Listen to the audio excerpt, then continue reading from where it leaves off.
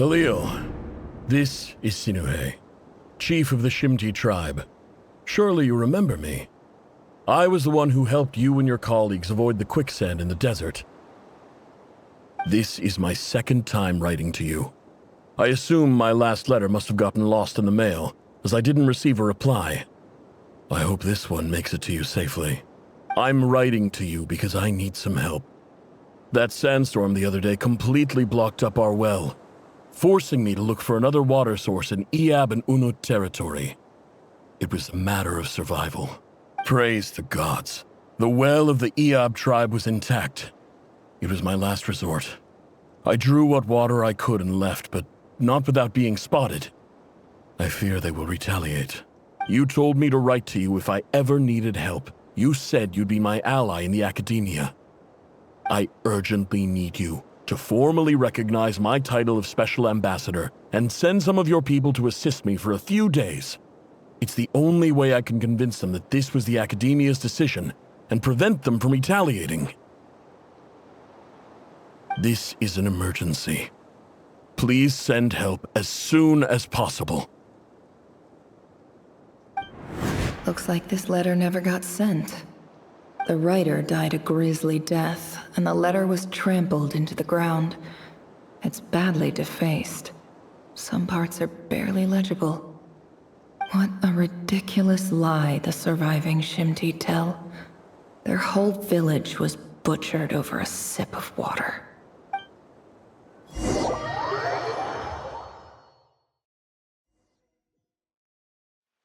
Ah, officer. Welcome. Welcome to our humble village. I thought you would at least have the courtesy to provide some respectable libations. This is the finest wine Aru village has to offer. I promise.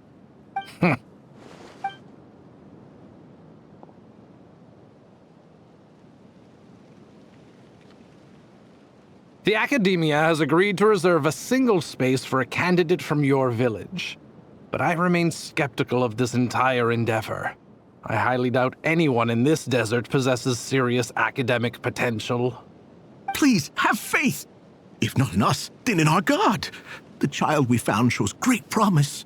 I beg you, take her away from this place. Give her a chance. Don't let her talent go to waste. I don't recognize her. New arrival? She showed up here a few days ago and we took her in. She's a really bright kid. Please help. I'm begging you. So, where are you from? Nowhere special. Just a sand dune. What about the rest of your family? How many of you are there? Just the one. It's only you? Correct. So, no brothers, no sisters, no mother or father? Any who have slept on a bed of sand, I call my brothers and my sisters. Apart from that, I have no family. All right. Get over here. Sign your name on the form.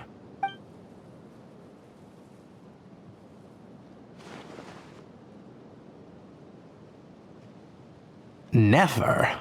You're rather fair-skinned for a desert dweller.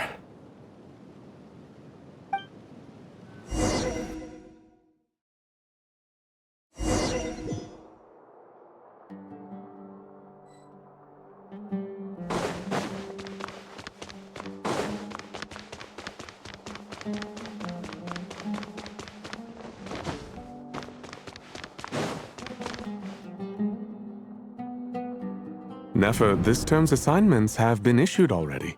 Please read through the materials thoroughly, conduct your own additional research, and then write an essay on the topic. Yes, Professor, I'm aware. I just had a couple more questions I wanted to get your perspective on. Oh? Please ask away. Well, I saw the other students' problem sheets, and I couldn't help but notice that my assignment is much easier than theirs. Do you really think I'm a weak student? A weak student? Goodness, no. Quite the opposite. You have a sharp mind, almost too sharp. I think what you're saying is, a weak student wouldn't have noticed the discrepancy. And if they did, they certainly wouldn't complain about the lighter workload. You see, sharp as they come. You see things the way they are, and I'm sure you know why they're like that. Because of where I come from. Because I'm different. I'm sorry, Neffer. I don't like it any more than you do. It's just... Anyway, you said you had a couple of questions. What's the other one? I wanted to check. If someone sent me a letter to the academia, where do I go to collect it? Ah, your family wrote to you. Well, as long as they put your name on the envelope, someone should hand it right to you. Not exactly. It's not even a recent letter. I was just curious where the mail would end up if no one collects it. The House of Dana, I expect. I know there's a box for unclaimed mail somewhere in there, probably sitting on a shelf. Whatever you're looking for, that'd be the place to start. Okay, got it. Thank you, Professor. Oh, don't mention it. Honestly, I feel like I failed you. I'm supposed to be your teacher, but I haven't taught you anything. Hey, don't say that.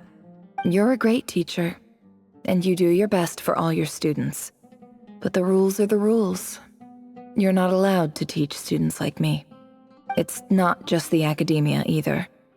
The whole world bends over backwards for the successful and leaves the losers to suffer and die. Oh, my dear child. Don't tell me you've given up on life already. I haven't. I just think that if you want to make it in this world, you have to find a way to become successful.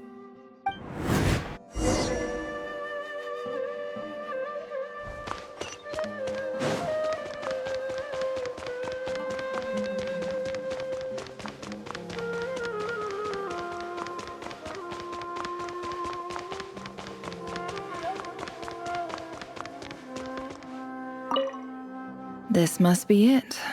A big cardboard box full of unclaimed mail. And probably some letters that ended up here by mistake, too. Let's take a look.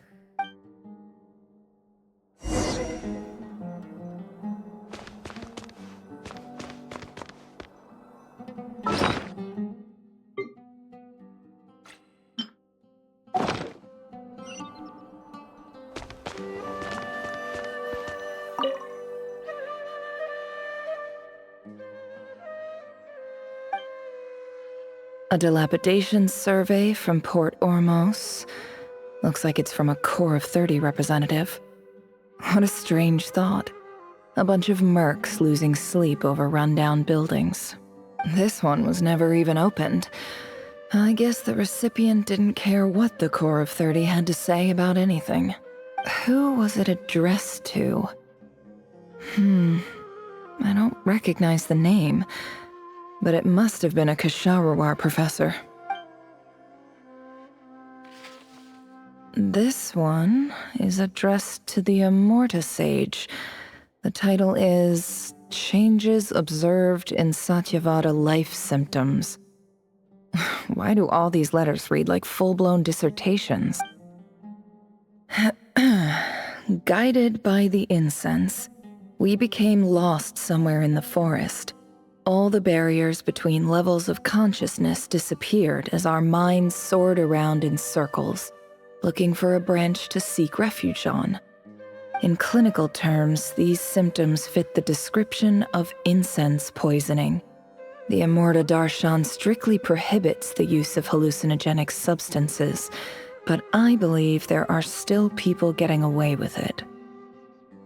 For example, my neighbor who always breaks out into song and dance after using incense. This seems like something the academia would want to know about. Why wasn't it collected? Wait, what's this written on the back? It's so small. The note says, "The sender authored this letter while under the influence of mushrooms. I would send it back, but no return address was provided. Stamped by the Grand Conservator of the House of Dana."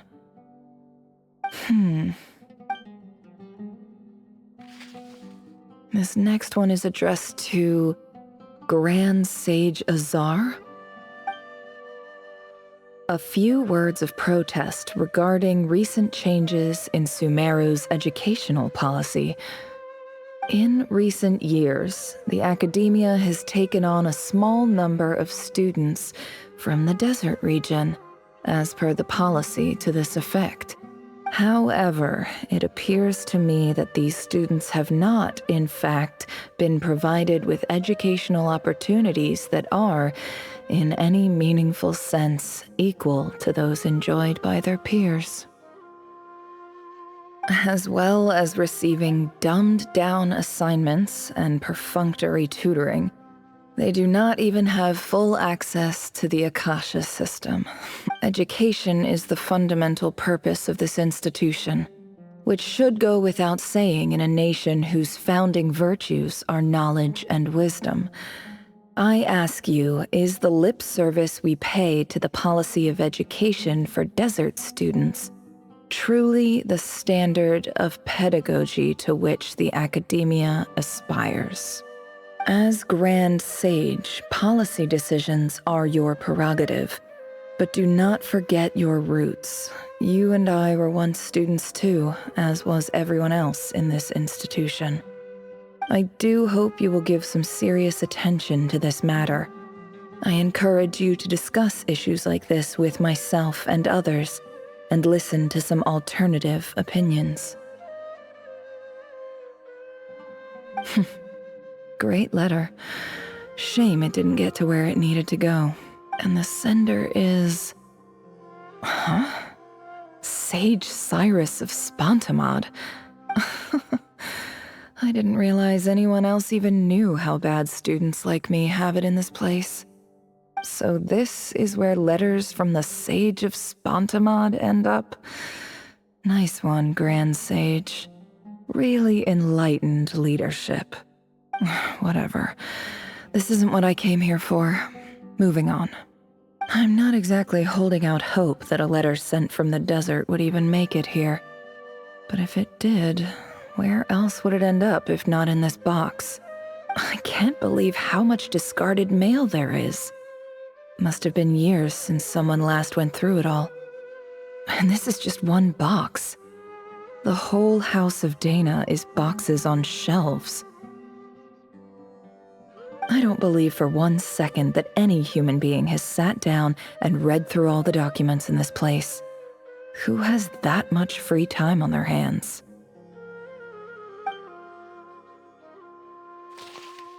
Wait, could this be it?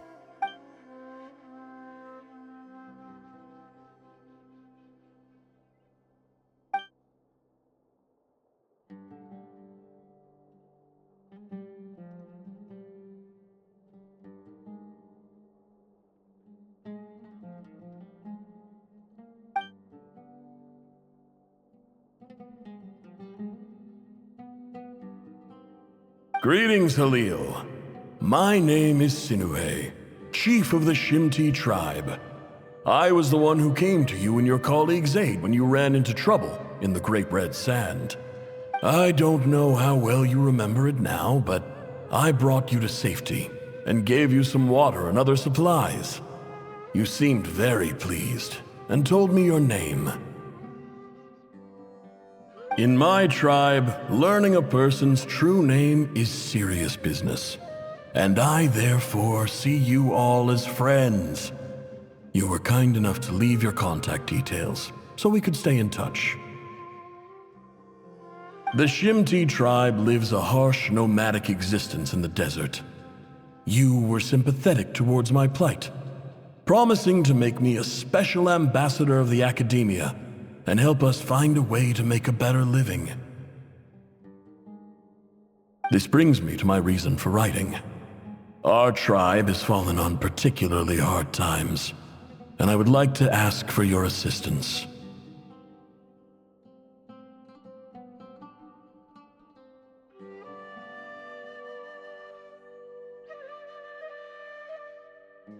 There was a terrible sandstorm a few days ago, which blocked up the well in our land.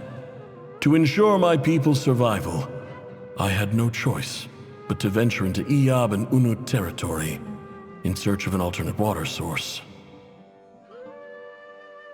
The Eob and Unut are descended from the Thamudians, while we trace our ancestry to Tulatula. We worship the Lord of Flowers and have had relatively good relations with our fellow tribes up until now. I found a well belonging to the Eob tribe. They declined to help us, but I really had no other option, so I took some water to keep me and my tribe alive. My actions are certain to incur their wrath. When we met, you assured me that you would be my ally in the academia. I would like to take you up on that offer, because I really need your help. I wonder if you could send an academia representative to meet with me. That aside, the last time you were here, you mentioned that the academia had started accepting students from the desert, and I told you a little about my daughter, Neffer.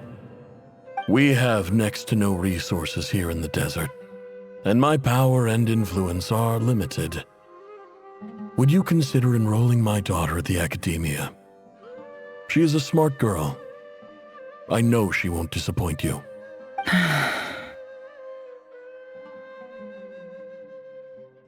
From the outset, the academia never took you seriously. Those things they promised were just empty words. I doubt they even remember the name Sinuhe. And you were so emphatic that your luck had finally changed for the better.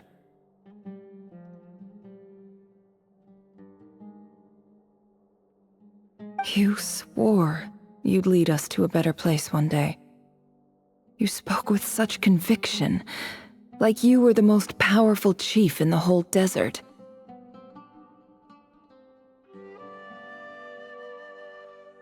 You liar. You lied about everything. You promised the world and delivered on none of it. And who fell for it? Just me, by the looks of it. Despite your best efforts. Which makes you a pathetic liar. You weren't even any good at it. I think I'll take over from here. Let me show you how it's done.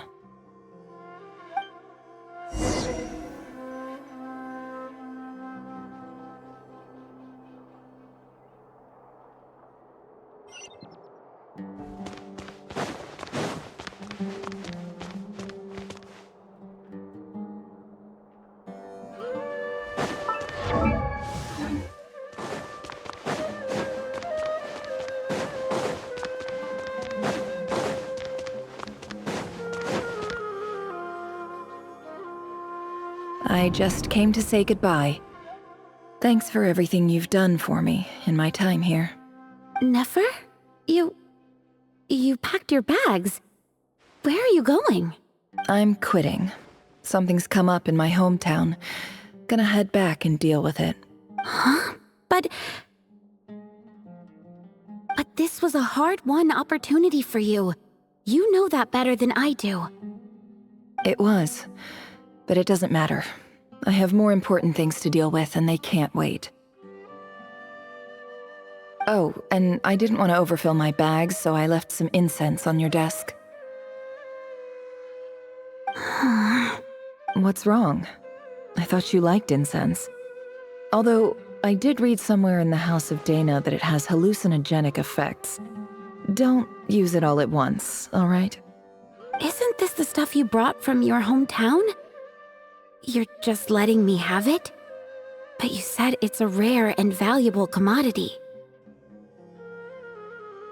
Yeah, about that. I lied. It's not rare at all. There's this bunch of ruins near my hometown that are practically overgrown with this plant. It's not worth much. Keep it, it's fine.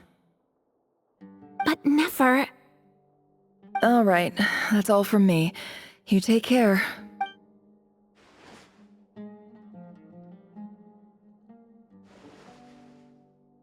Don't forget me, okay? I mean, we're more than just classmates, right? We're friends. Yeah, I'll remember you. I lied again. That incense is worth a fortune, and it's a rare find even in those ruins.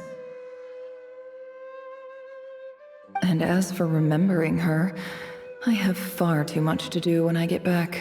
No time to reminisce. I'll be lucky if I even make it through this alive. But either way, I expect I'll forget you pretty quickly.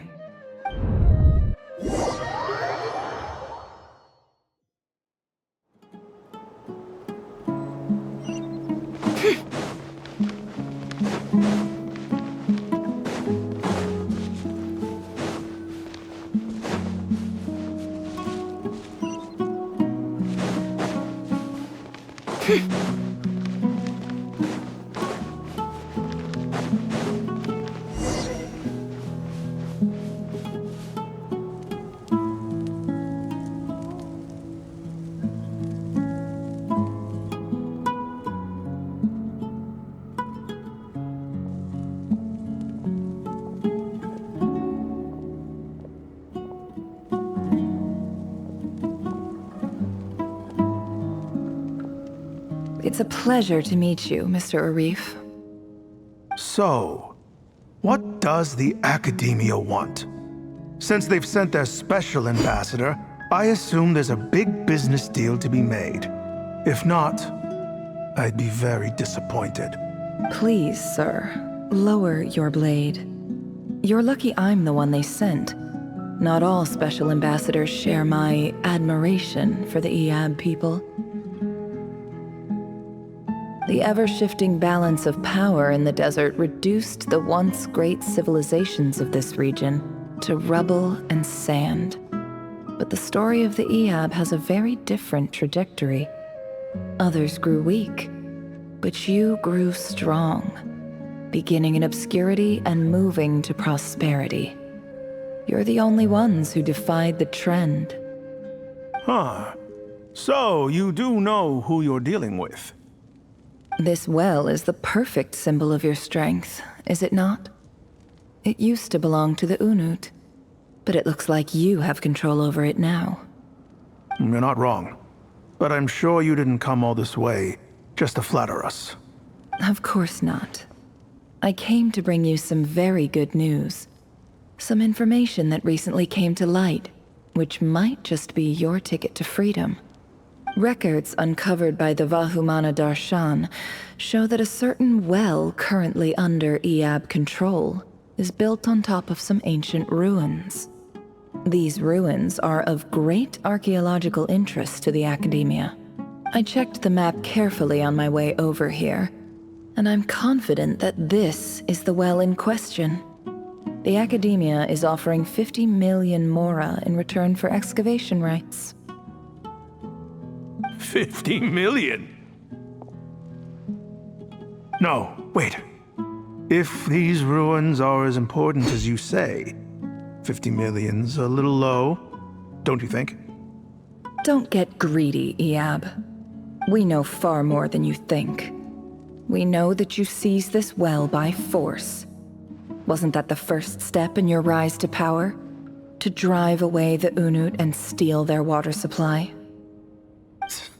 So what if it was?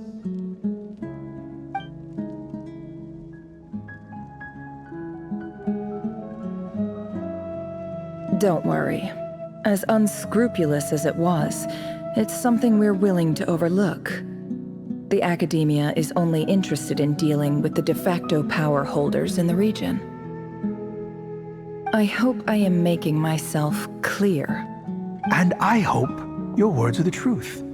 If I find out the Academia is trying to play me, I'll hunt down every one of your people and make you watch as I cut their heads off one by one. I assure you, Chief, that would not be in your long-term interests. You don't want to make an enemy of the Academia. You see how I'm dressed, don't you? I appreciate that you've never been to the rainforest, but surely even you recognize an ambassador's attire when you see it. And what does a barbarian like you have to lose anyway? You really think the Sumeru Academia would bother to come all this way just to lie to you?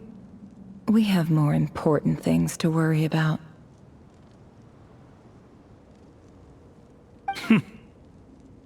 All right, I take your point. The Academia is the highest authority in the land. I'm sure you're trustworthy people. In that case, we have a deal. We will sell you the excavation rights. I'd like to thank you, Ambassador. This is good news indeed. Excellent news. In fact, it calls for a celebration. Would you do us the honor of staying a while and enjoying some Eob hospitality? Gladly. I am partial to wine myself, and I trust you are as well. So let's indulge in a few drinks together, in celebration of this momentous occasion.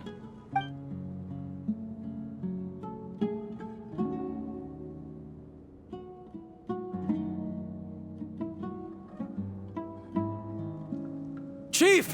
Chief, it's an emergency! It's the Unut. They've taken the well. What? Well, don't just stand there. Take it back. Yes, Chief. I have every confidence in the Eob's military superiority, and yet... Well, what is it? The Unut's response was alarmingly fast. The day after we reach a deal, they seize the well. This can't be a coincidence. Perhaps there is a traitor in your midst. I don't think so. I am obliged to remind you, Chief, that the Academia will only deal with the de facto power holders. If you cannot regain control over the well, I'm afraid you won't see a single mora of that 50 million. No! Please, Ambassador, just give me some time. I swear the Unut will not get away with this. That well is ours, and so is the mora. Glad to hear it. I will wait here for an update. If there is a traitor, I will find them. In the meantime, make yourself at home. I'll report back as soon as I have an update. Much obliged.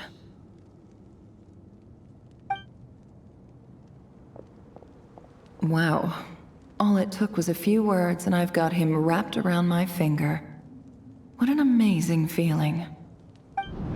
So, in summary, Ambassador, the Academia would rather negotiate with our tribe instead of the Eob, yes? The Eob are ruthless murderers who don't listen to reason. And now they have the gall to interfere in our research projects in the desert region. So let me ask you, Chief, if you were the Academia, what would you do? Kill them all, of course. Precisely.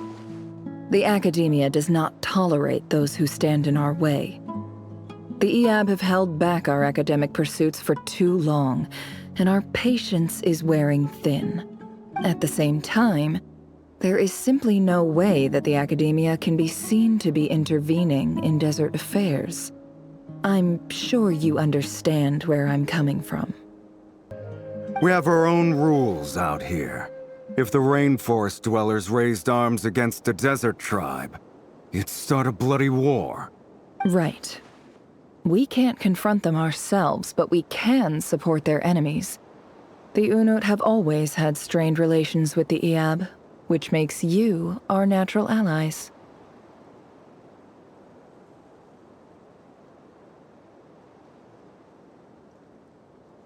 Natural allies. Weren't the Eob your allies once? You were quick to send them after us to protect your interests back when we stole that water. And now look at you. You're at each other's throats. Let me be clear. The Academia wishes to collaborate with the legally recognized rulers of the desert in this matter. We are asking for excavation rights to that well, and our offer is 50 million mora. Say no more. I believe we have an understanding. Good. Then I suggest you get to work. Get us access to that well, and the mora's yours. You see, Dad? Lying is easy when you know how. People will believe anything.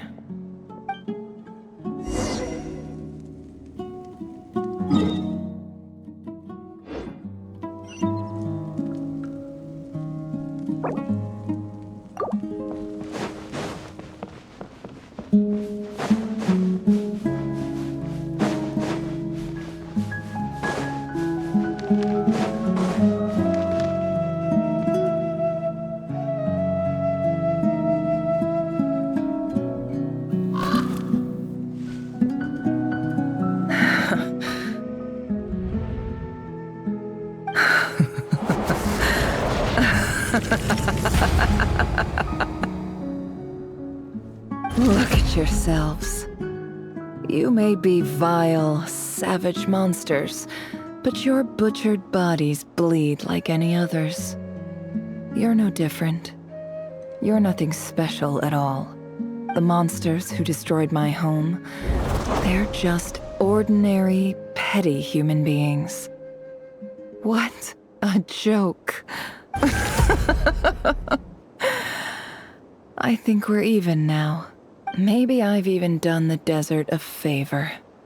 It's a better place without all these people around. Oh, Sinuhe, my gullible fool of a father.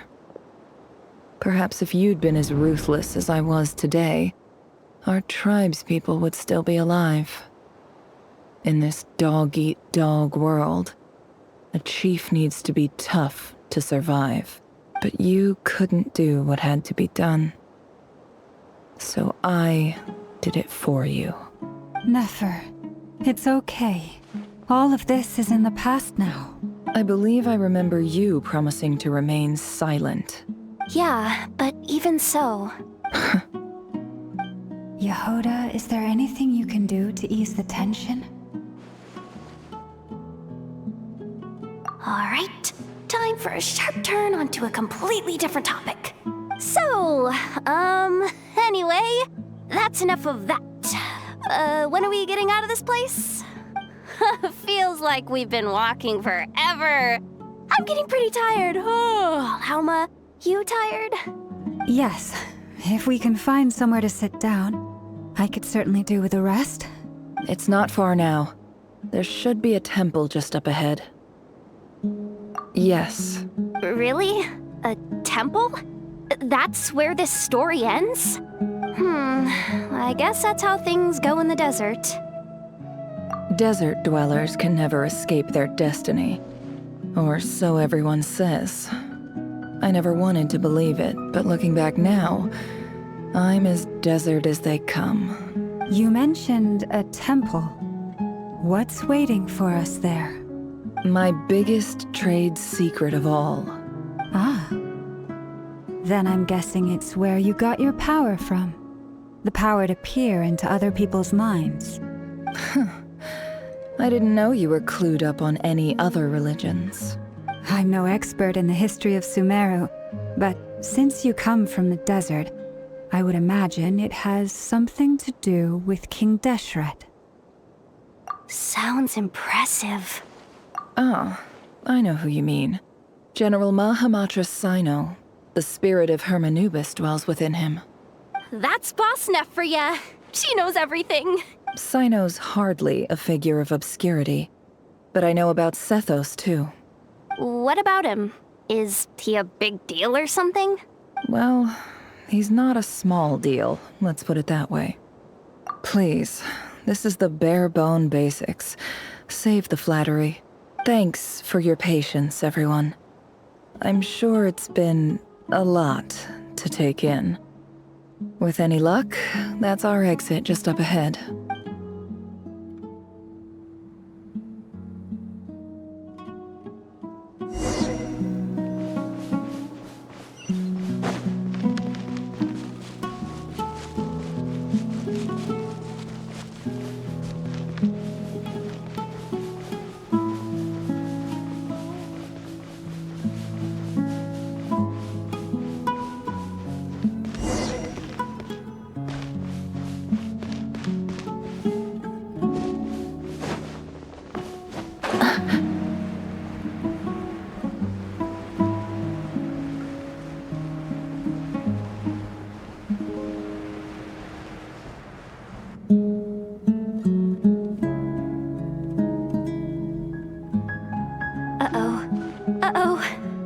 I'm totally out of my depth here.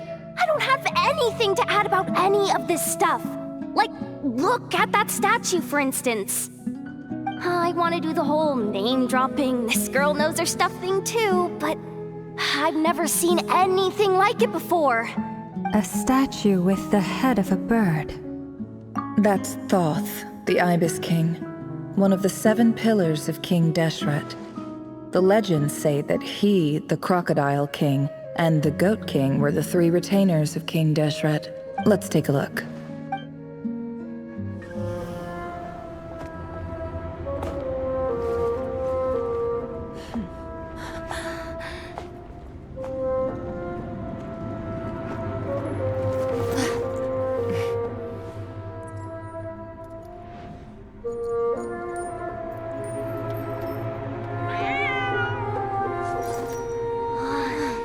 It's just Ashru.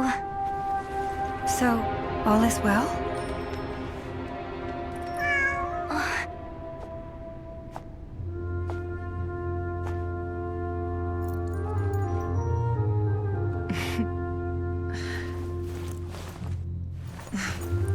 Typically speaking, at this point, the world disintegrates.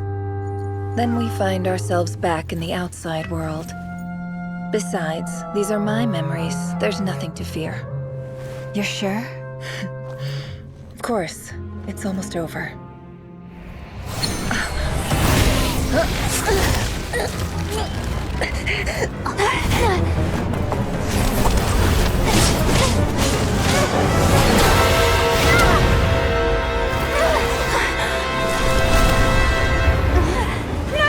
Hold on!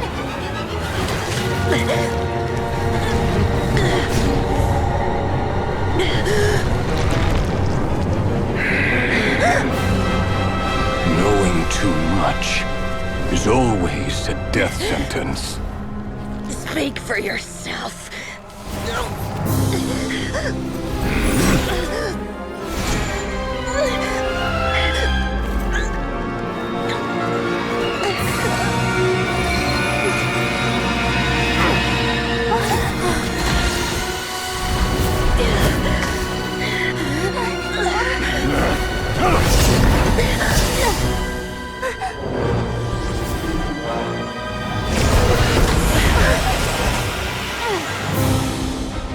How repulsive.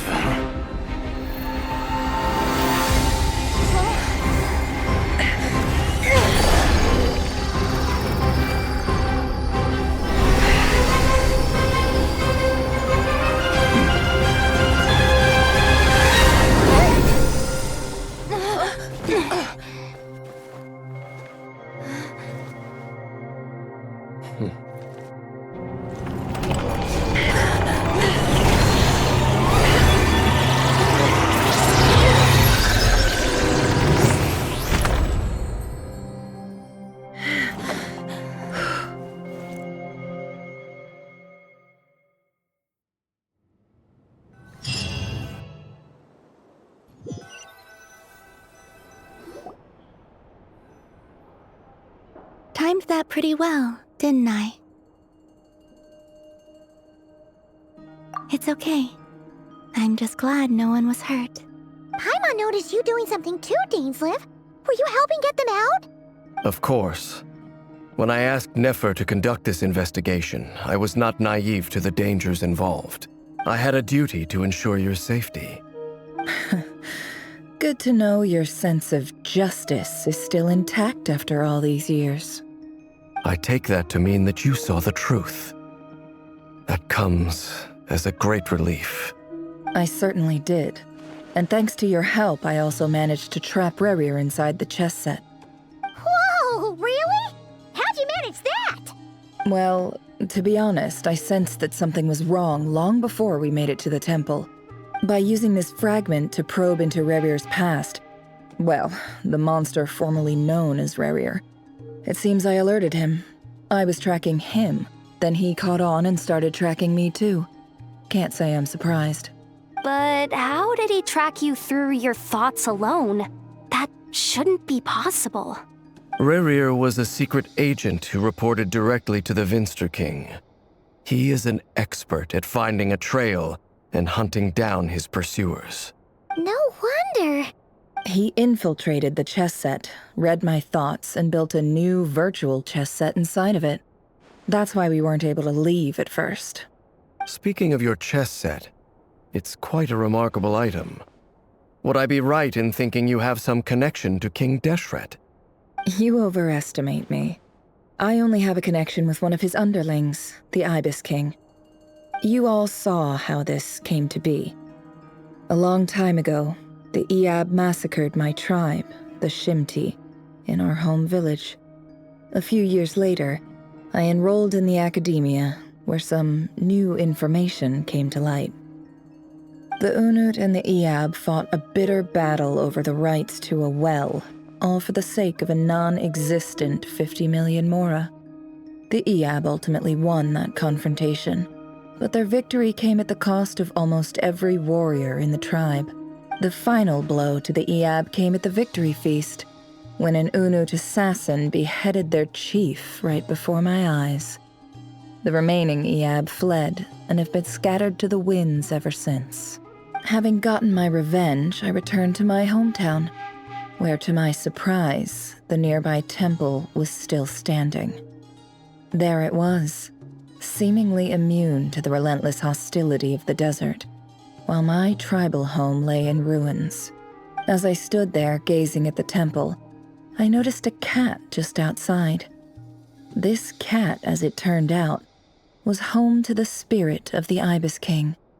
He led me to a gate deep inside the temple, and there he made a deal with me. This chess set is my gift from the Ibis King. The chessboard within is made to the same specifications as the one in the mausoleum of King Deshret, and represents his power of piercing analysis. With this chessboard in its container, I gained a certain ability to perceive hidden secrets. Now, you could conclude that the Ibis King simply wanted to give the people of this world the power to seek the truth, but I don't believe that's the full story. Every god plays favorites. Their hearts are as fickle as any human's, full of secrets, perversions, egotistical tendencies. But precious few gods are willing to admit this. It is the same with all powerful forces, including fate itself. Their gaze falls preferentially upon a select few. As you rightly point out, this is an act of favoritism. If you're alluding to the Abyss, then yes, I agree. Gather the others. It's time to share everything I've learned.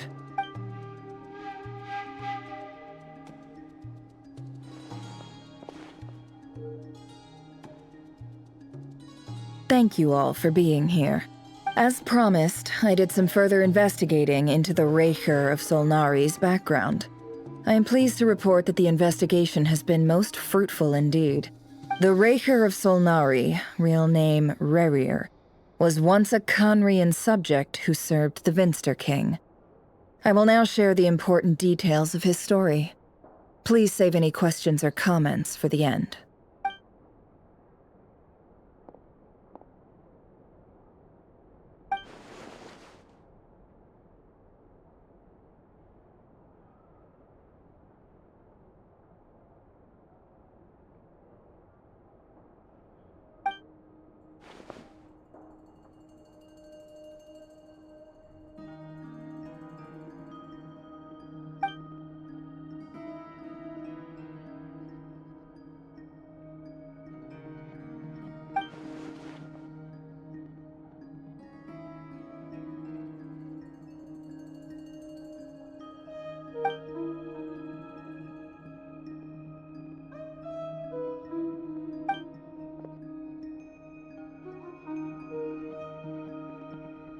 So that's why he's so obsessed with the moon. A tragic tale, to be sure.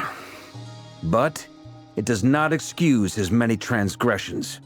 No matter how much Rerir suffered in the past, the fact remains that he is what we know today as the Wild Hunt, wreaking havoc upon innocent lives in Notcry. He becomes more dangerous with each passing day.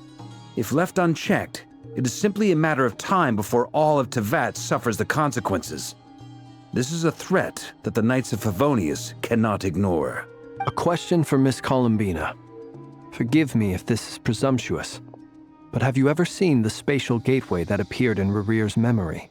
Never. But I have heard stories of something called the Moon Gate, and this seems to fit the description. Miss Lauma, any thoughts on this? In the lore of the Frost Moon Scions, The moon is believed to hold many secrets. Some sources speak of ancient knowledge, others of a gateway to the unknown. The term Moongate is one I have heard before. But as is the case with all of our legends, there are no records of any first-hand witnesses. We cannot know whether it truly exists. Then back to Miss Columbina.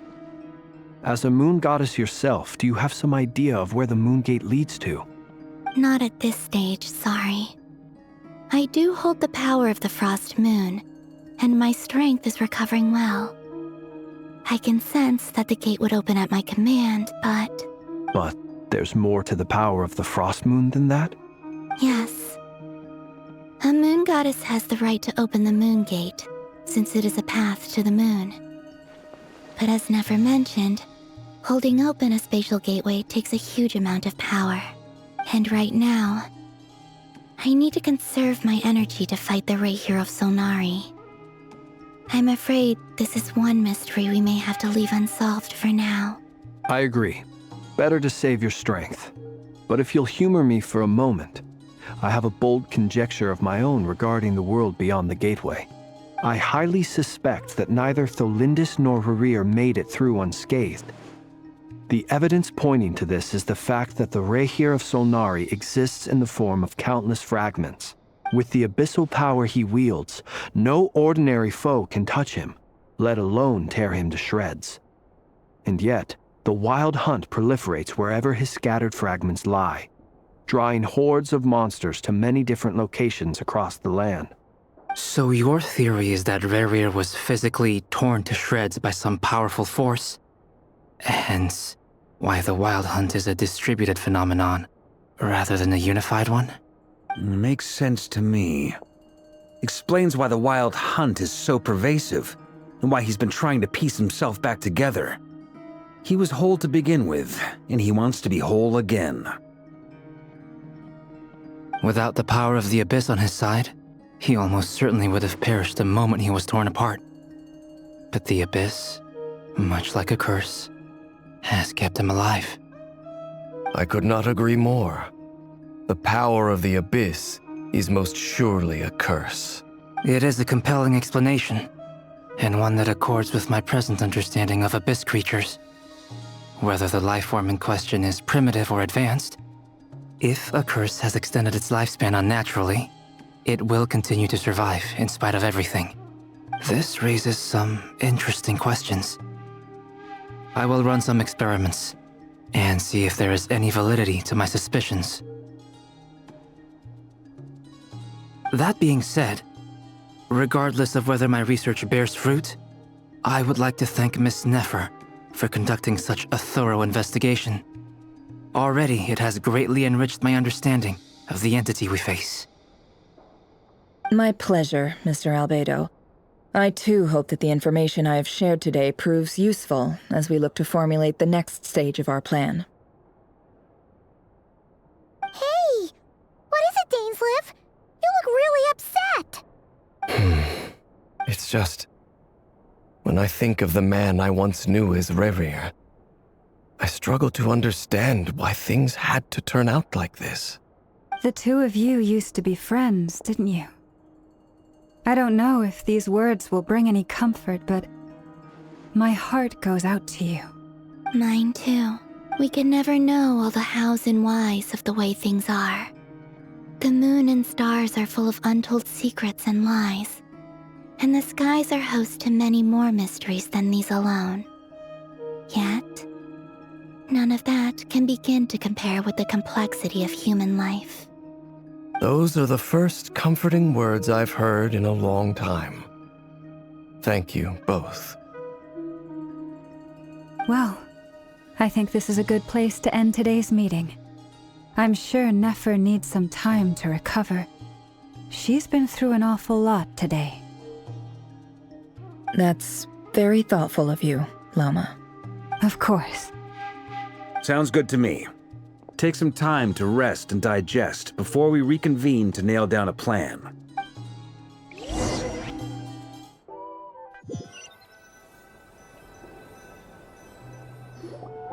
Hey, Is this a bad time? Hope I didn't kill the conversation. Nice room.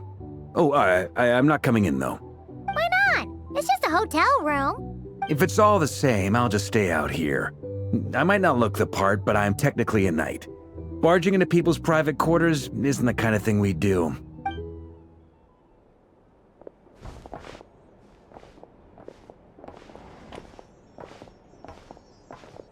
Anyway, Neffer went back to the curatorium to get some rest. But before she left, she shared some things with me that I thought you should be aware of. Firstly, although she managed to trap the Raker of Solnari inside her chess set, there's no guarantee that the power of the Ibis King is any match for one of the 5 sinners. Their powers are beyond our comprehension. It's only a matter of time before he finds a way to break out. We have to come up with a plan and take care of him before that happens. Honestly, my mom figured that might be the case. So, how long have we got? Well, I asked her that same question. She talked for a long time, but for the most part, it seemed like she was trying to convince me how precious her chess set is. What a long and storied history it has. It felt like some kind of sales pitch, you know? The kind where you end up handing over Mora against your will. Anyway, after all that, she finally answered the question. 2 days, at most. 2 days? Holy moly! Can we even recruit enough help in that time? That remains to be seen. Which brings me to the second issue. Dainsleif is obviously conflicted about this whole thing. But given how little time we have, there's no way we can pull this off without his help. You have some history with him, right? Do you think maybe you could talk to him for us? Great. I appreciate it. All right, on to item 3. So, Albedo, Durin, and I put our heads together and came up with a plan. Can't promise it's gonna work yet, but at least it's a start. We figured we'd bounce the idea off you first. We'll explore it further once everyone's recovered. Oh, Paimon's dying to hear this. All right, so here's what we're thinking.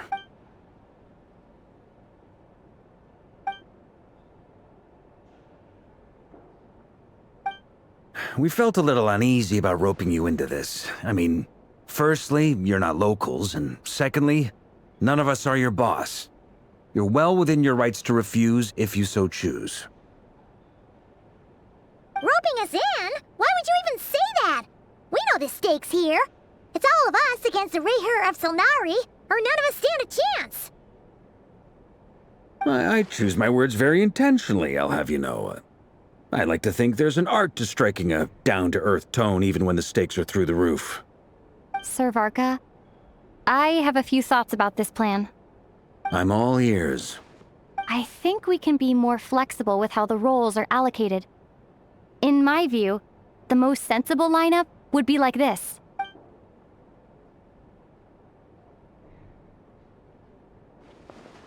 I see your point, yeah. But if that's how we're going to approach this, you'd better make sure you're ready. To be clear, I don't doubt your abilities. Far from it. I just want to make sure. Are you really willing to take all this on? I want to do everything within my power. The Reher of Solnari is a truly fearsome opponent, and if I do my part, it'll greatly reduce the risk for everyone else involved. Well, that tracks with what I've heard. Jean's mentioned in her letters that you're so diligent it's almost abnormal. As in, most people weigh up the risks and rewards in situations like this. But you seem to just march towards danger without a moment's hesitation. Of course, everyone appreciates a fearless pioneer. But all that aside, I'm the Grand Master of the Knights of Favonius, and you're our honorary knight. I want to make sure your courage doesn't come at the expense of your safety. Thank you, Sir Varka. I should be the one thanking you. It means a lot to have you on board. I'll give some serious thought to your suggestions.